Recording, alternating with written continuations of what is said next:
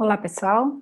Eu sou a professora Fabiana Copla e eu estou aqui na disciplina de Dentística Restauradora para falar com vocês um pouquinho sobre as lesões cervicais não cariosas e a erosão.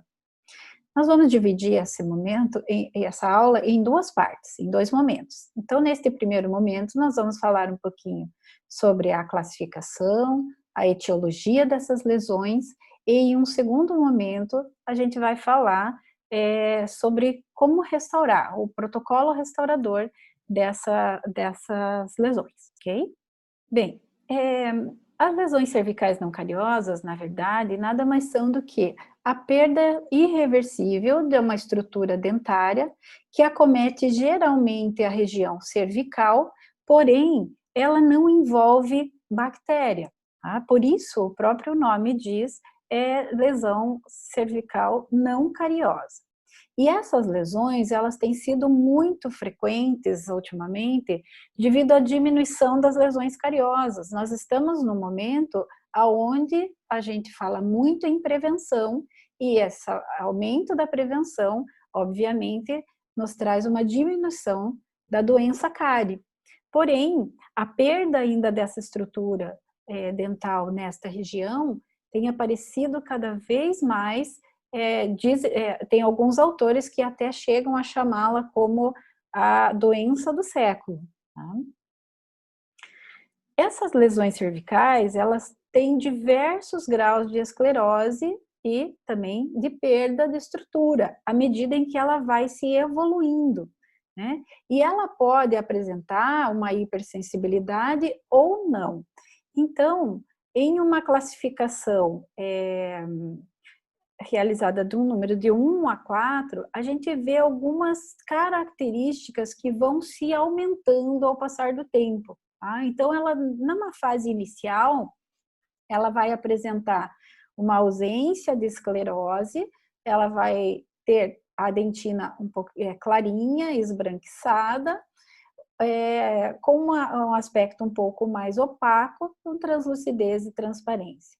À medida que ela vai se agravando, ela vai tendo uma perda maior de estrutura e já lá em grau 4, ela vai apresentar então aquela dentina já amarela escura, mais descolorada, mais amarronzada, né, com uma aparência vítrea. Então, esta classificação, ela mostra a evolução dessa doença se ela não é interrompida em um momento inicial. Por isso, nós temos que estar atentos a esta lesão em fase de início, para que a gente possa identificar a etiologia dela, remover essa etiologia e tratar essa doença quanto antes melhor. Tá? Alguns fatores determinam esse tipo de lesão. Na grande maioria das vezes, esses fatores combinados, ele é multifatorial. Então, a gente vê hoje um grande índice de estresse, né? Causando apertamento, bruxismo ou até ubriquismo, né? Isso causado, às vezes, por alguma situação mais estressante ou até por exercícios físicos mais fortes, mais pesados, uma academia onde você vai levantar um peso. Normalmente as pessoas transferem essa tensão mordendo um pouquinho mais forte. Além disso, com esta mudança de alimentação nos dias atuais, né, de alimentações mais saudáveis, a gente tem uma grande inserção de frutas ácidas, de bebidas ácidas, além de isotônicos que são utilizados muitas vezes após algum esporte. E ainda o apelo estético, né, de sempre terem corpos perfeitos, e aí isso tem gerado a bulimia. Esses fatores, eles são fatores que associados vão levar a essas lesões cervicais não cariosas. Em uma porcentagem realizada em 95, foi visto que 98% dessas lesões acometem em idades mais avançadas. E hoje a gente vê que esta porcentagem já aumentou nos pacientes mais jovens. Então, esses 21% acometido entre 16 e 24 anos, lá em 1995, nesse estudo, hoje a gente vê que ele já está mais avançado, devido aos jovens estarem fazendo mais essas atividades e mais utilizando essa alimentação ácida. Então, é muito importante a gente saber a etiologia para poder orientar os nossos pacientes de como fazer o cuidado para que a gente não tenha esse tipo de lesão. Vejam, nesse mesmo paciente, em 1997, uma foto inicial, ele não apresentava nada de lesão.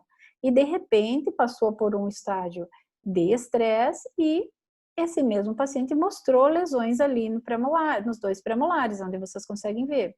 Então, vejam como algum fator está causando e nós precisamos primeiro identificar esse fator para que a gente possa dar um tratamento correto para esse tipo de lesão.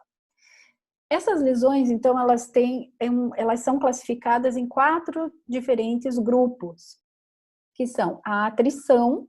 A atrição, ela nada mais é que um desgaste mecânico que vai estar mais relacionado na incisal ou oclusal.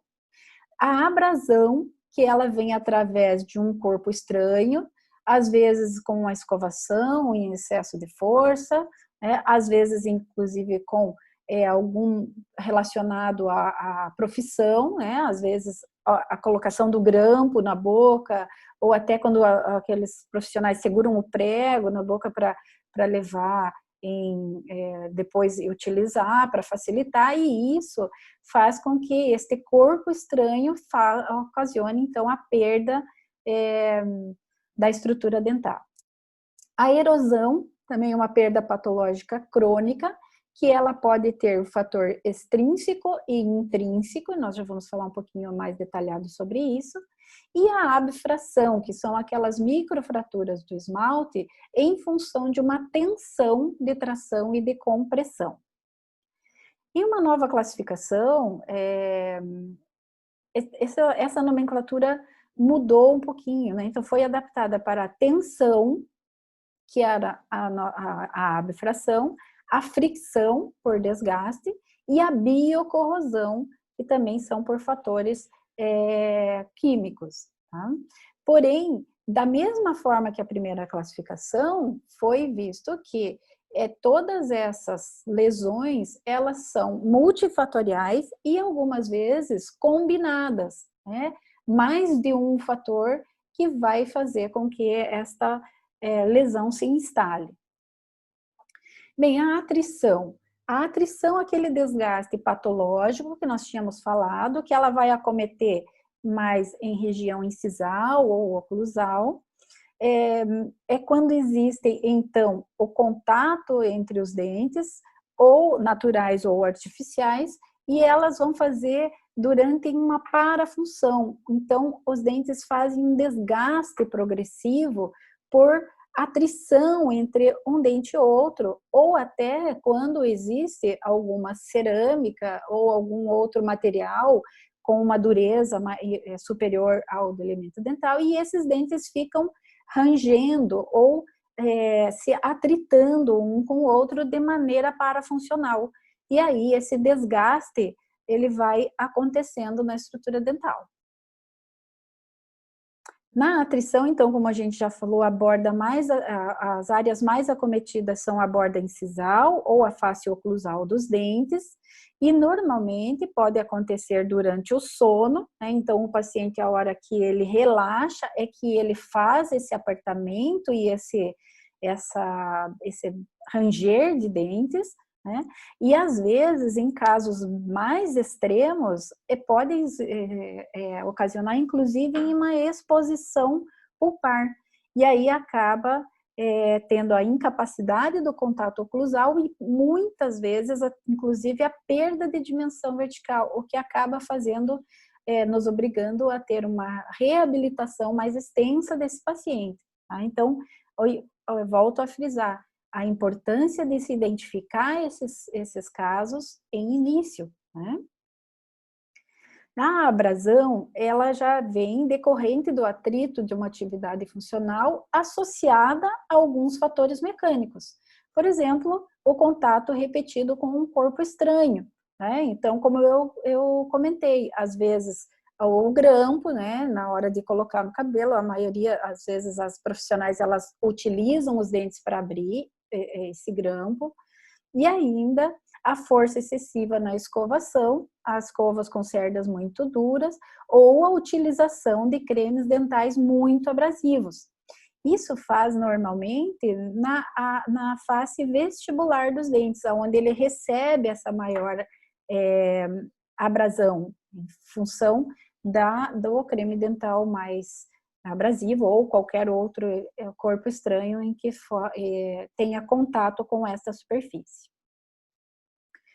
As características dessa lesão normalmente são lesões mais lisas, com contornos regulares, e ela tem aquele aspecto de C, né? Ele tem aquele aspecto mais raso, superficial, né? Então, essas são as características mais da abrasão, tá?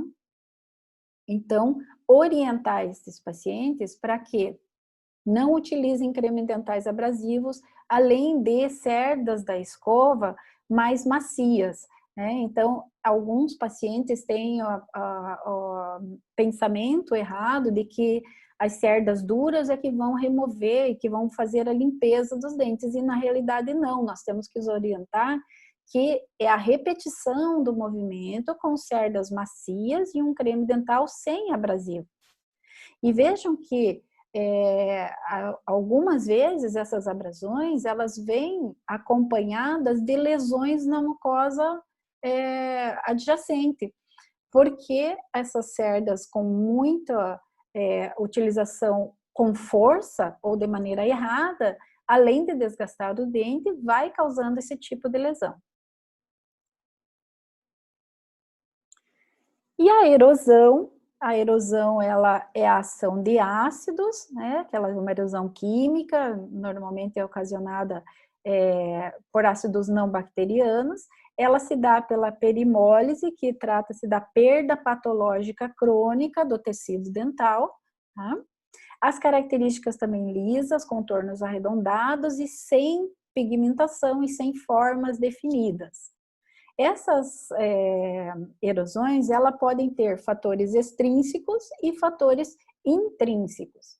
Nos fatores extrínsecos, a gente cita, como eu já falei, as alimentações mais saudáveis que estão sendo colocadas hoje em função através da mídia ou através de a busca pela uma dieta mais saudável.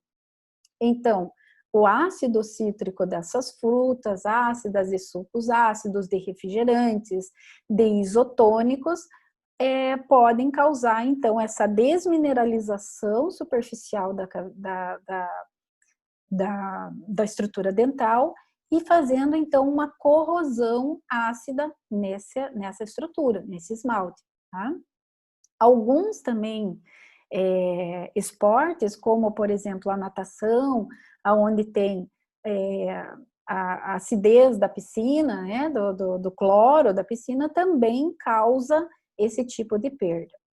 E como fatores intrínsecos, a gente pode citar o refluxo gástrico, né? Então, essa ação do ácido clorídrico estomacal, ele causa, então, esse início de corrosão, além de uma ação enzimática desses ácidos estomacais que são capazes de degradar o colágeno da dentina.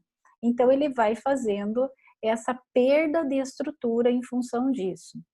Alguns fatores psicossomáticos, como a anorexia, a bulimia, né, e além de pacientes que têm aquela indisposição através da gravidez, ou alcoolismo, ou até algumas desordens estomacais, gastrointestinais, podem formar esses gases, né, esse ácido estomacal, e aí ele vai corroendo a parte interna dos dentes, ou a face palatina dos dentes. Tá? Vejam, nas áreas mais acometidas, como eu comentei, como vem a intrínseca vem dos ácidos estomacais, então ele vai acometer mais essa região lingual ou palatina dos dentes anteriores, além da oclusal dos dentes posteriores. Tá? A remoção, o principal tratamento é a remoção ou o controle desse fator etiológico. Como fazer isso? Orientar os pacientes.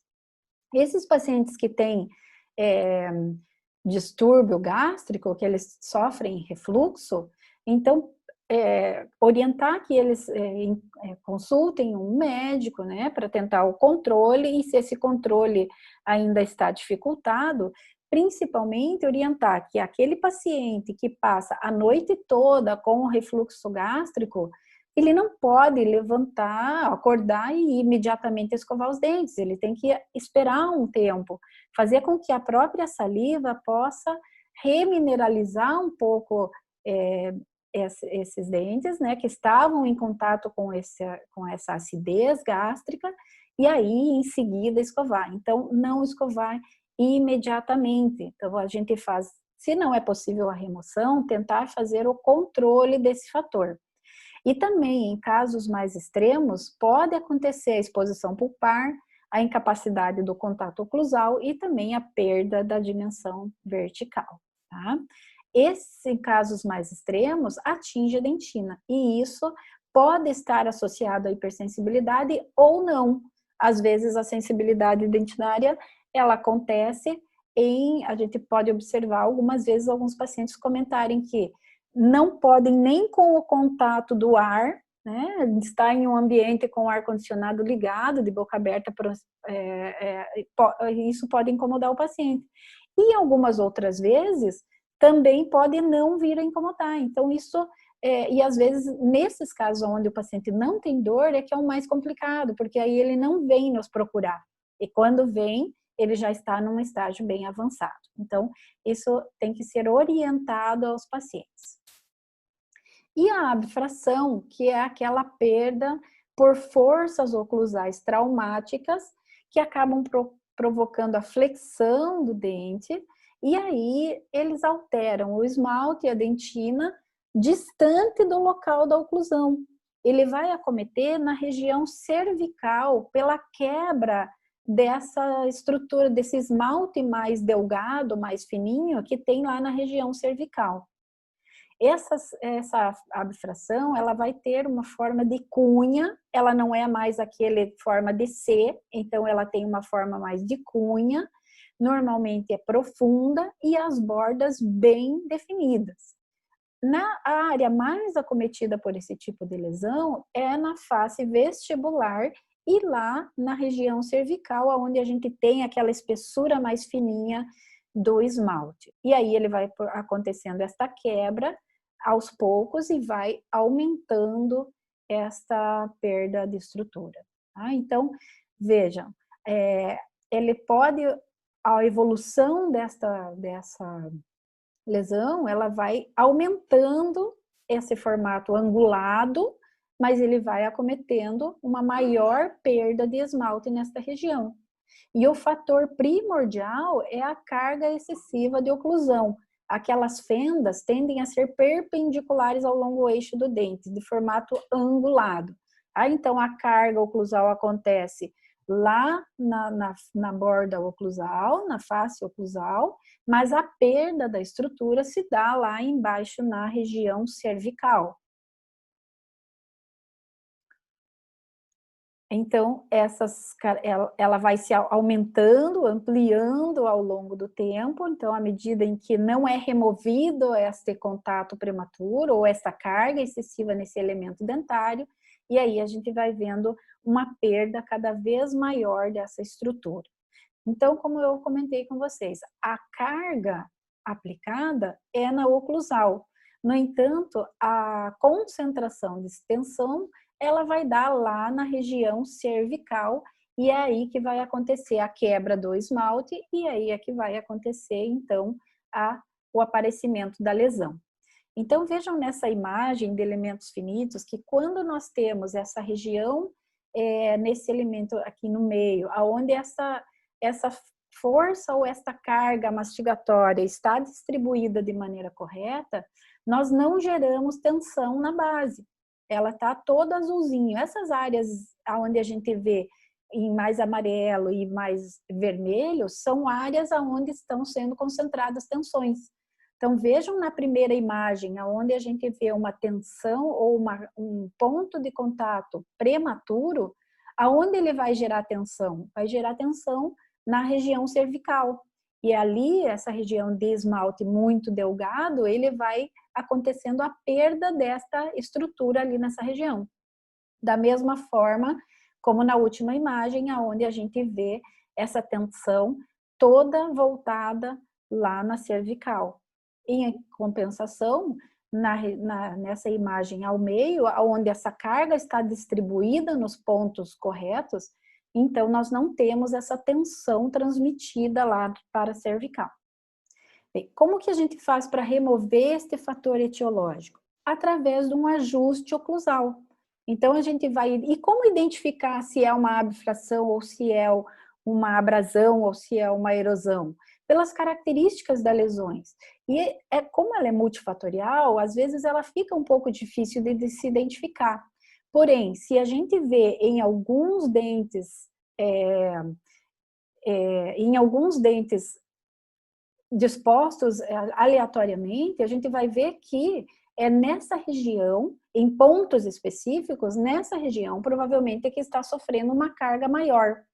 Enquanto que nós temos uma região mais generalizada de perda, com uma estrutura mais lisa, aí a gente pode desconfiar de uma erosão, né? Então, a gente pode ter uma característica um pouquinho mais definida quando nós temos pontos específicos de perda e não ele de uma forma generalizada. E aí, com um ajuste oclusal, a gente consegue eliminar esta força prematura, essa carga prematura em que esse dente está sofrendo, e com isso a gente pode eliminar e resolver o problema do nosso paciente. E aí, quando que nós devemos intervir, né? Quando que a gente deve restaurar esta perda? Então, a gente vai observar quando o paciente tem hipersensibilidade, que é a grande maioria das vezes quando eles nos procuram, mas também, na ausência da hipersensibilidade, nós temos que ver se há perda de estrutura que esteja comprometendo a resistência desse elemento dental. Se também há risco de exposição pulpar, se tem comprometimento estético ou se está havendo acúmulo de alimento nesta região, causando irritação gengival. Então, uma anamnese bem adequada nesse paciente para que a gente possa identificar essas causas ou, inclusive, esses problemas para a gente ver se a gente vai intervir com restauração ou não. Para essa intervenção, a gente tem alguns materiais que a gente pode utilizar, que são as resinas compostas, né, associadas aos sistemas adesivos existentes, além de o ionômero de vidro e algumas resinas mais fluídas. O que vai determinar isso é se ele vai ter comprometimento estético, onde a gente precise de uma cor mais adequada, onde a gente precisa, pode colocar um material em que não tenha tanta estética quanto o ionômero de vidro, ou também a gente precisa de materiais com resistência, que são as resinas compostas, tá? E vejam, se a gente não elimina o fator etiológico, os materiais também não vão ter resistência. Então, se nós temos uma carga que não esteja, que esteja distribuída, a gente vê que a gente não tem tensão nesta região onde a gente restaurou.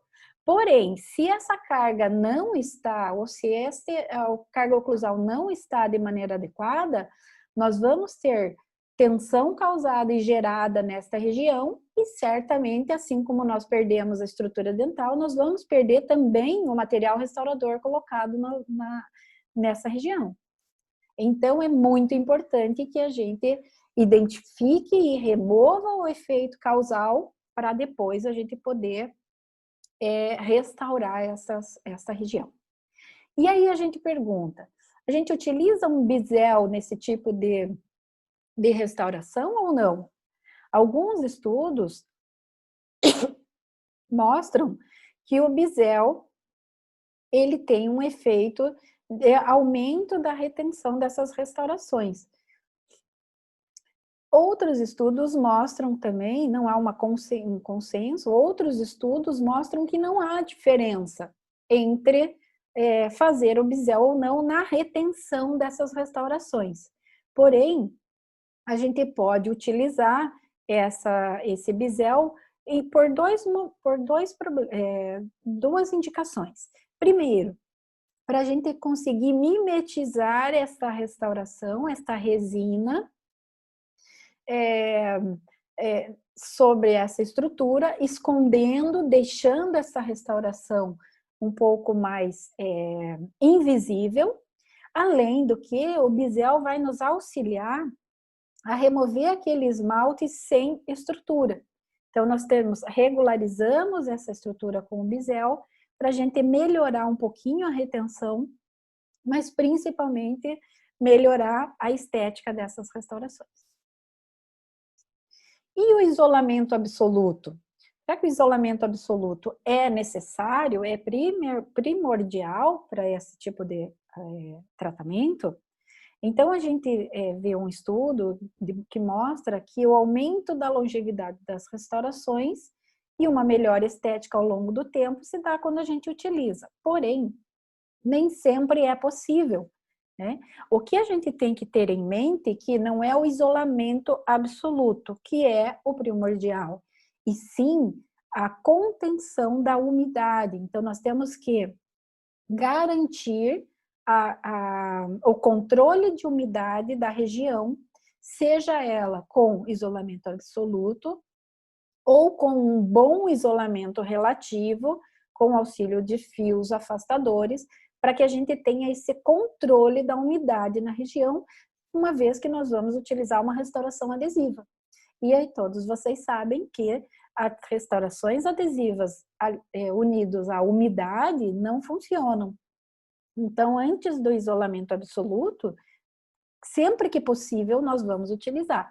Mas quando não é possível, nós vamos utilizar vamos lançar mão de algumas outras técnicas que nós temos certeza de que nós vamos ter, então, essa manutenção, ou seja, essa contenção da umidade no campo operatório, ok? Então, essa primeira parte era isso que eu tinha proposto para vocês. Em uma segunda aula, nós vamos falar sobre, então, o procedimento restaurador. Obrigada e até a próxima.